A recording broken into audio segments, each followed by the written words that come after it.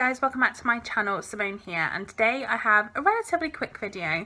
This one I wanted to talk about, as this is a mental health video, I obviously wanted to keep on that theme, and I wanted to talk about how reading helps my mental health. So I find that although reading obviously is a hobby of mine, I find that if I don't read for a while, I do feel my mental health decline slightly.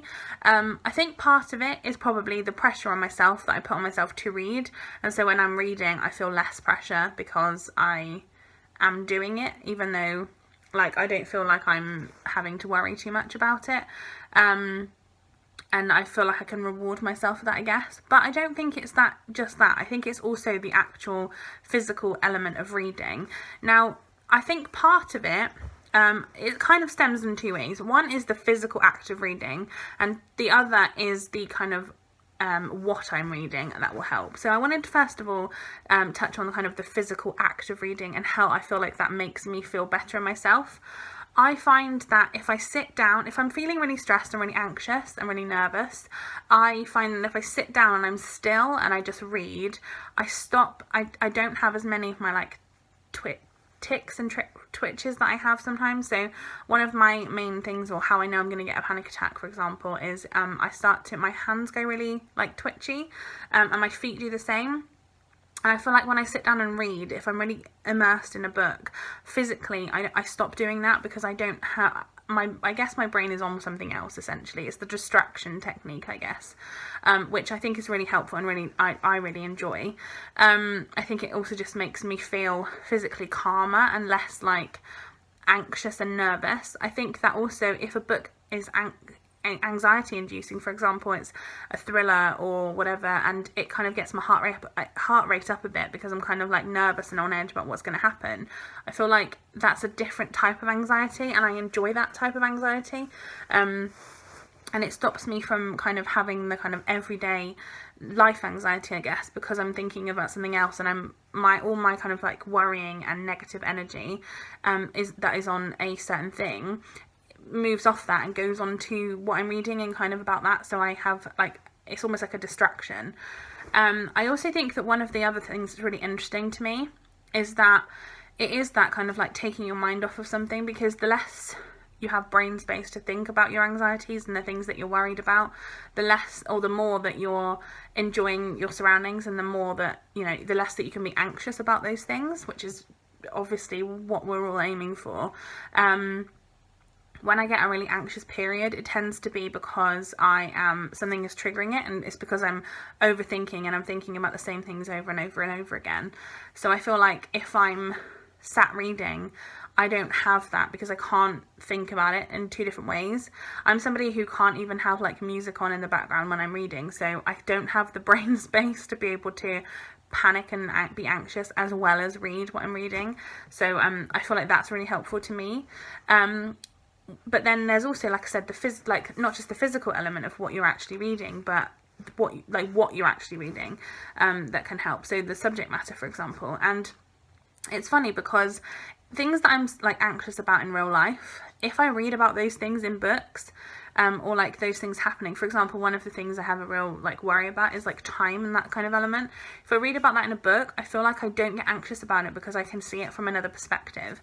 And I don't know about you, but I'm definitely somebody who can give advice, but is not very good at taking it for themselves. So when I read it from somebody else, it almost feels like someone else is telling me this. So I almost take it on from what they've said, so it kind of helps me in that way.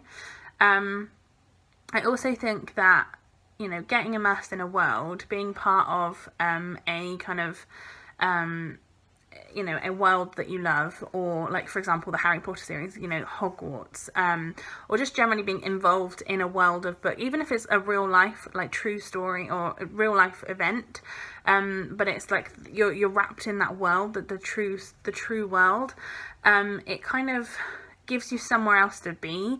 So you almost feel like if you're anxious in the real world, but you're not anxious in this world. And so it's a complete, even if it's the world, it's Earth, it's a reality based book, I still feel like it's a separate thing, and I still enjoy that.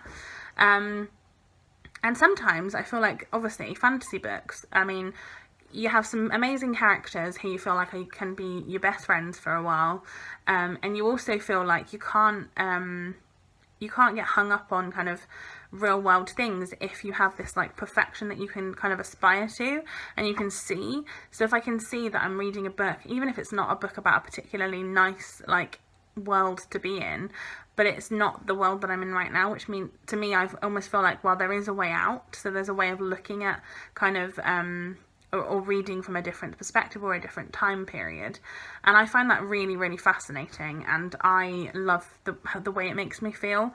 I also, in terms of like checking books off, so once I finish a book, it's like the best feeling to me. I love being able to finish a book and just feeling like you've done it, you've ticked it off, you know, like that feeling when you've like ticked a book off a check, or ticked anything off of like a tick list, like, you know, your to-do list for the day, and you can tick something off. Every time I read a book, it feels like that for me.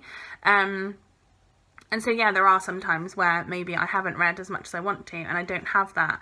But every single time, it doesn't matter how many books I read, it will still feel the same, I'm sure, after every single time.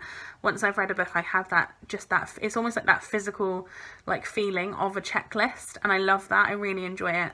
And yeah, it's one of the things that keeps me reading. I absolutely love it. It's one of the things that motivates me to keep reading. If I'm, you know, feeling like I don't really want to read that day, I feel like I want to, because I want to be able to have that feeling. But yeah, I also get a lot of like satisfaction when I finish a book, that especially if it's like a bigger book, I feel like, you know, you've done that and you've ticked that off and you can say I've read that book. And that's one of the reasons as well why sometimes reading classics, although they can be quite kind of it's like an ominous feeling, isn't it, trying to read a classic that's such a big classic. For example, like when I read Anna Karenina, and I kept reading because I had that like thing in me where I was like, you can say you've read Anna Karenina now, like how amazing is that achievement? So yeah, it feels pretty good, pretty special. But yeah, they're the reasons why reading helps my mental health. I'd love to know what yours are. Or do you feel like when you have a bad mental health time you can't read? I'd be really interested to know either way. Again, this was quite a short video, but I just thought it was a really interesting topic to talk about. But let me know what your thoughts are in the comments down below. I'd love to have a chat with you guys, and I will see you next time for another video. Bye guys, stay safe.